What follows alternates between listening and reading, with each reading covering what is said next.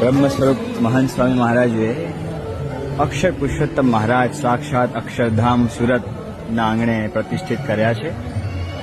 આજે અક્ષર પુરુષોત્તમ મહારાજ આ ભૂમિ ઉપર પ્રતિષ્ઠિત થઈ ગયા. બહુ જ ઉત્સાહ આનંદની વાત છે.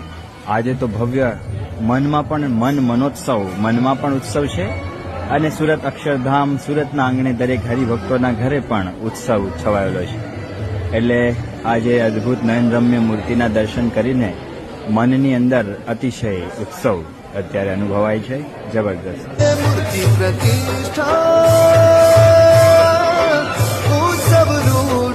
આજના દિવસે જ દરેક સુરત નિવાસીઓએ દર્શન કરી લેવા અને પ્રતિષ્ઠાનો પ્રસાદ પણ અંગીકાર કરવાનો બાપાએ સર્વેને આજ્ઞા કરી છે.